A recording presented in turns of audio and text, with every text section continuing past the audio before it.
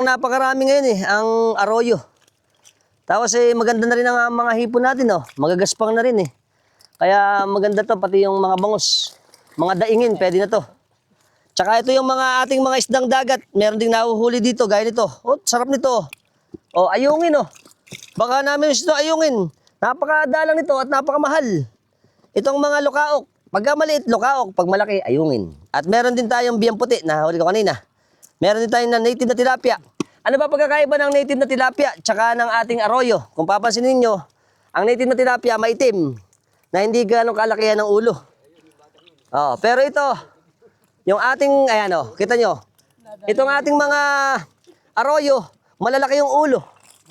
Kaya iba nalilito dito Akala nila, tilapia dito, variety ng tilapia.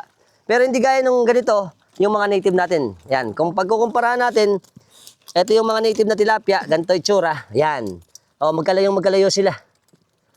Ayos.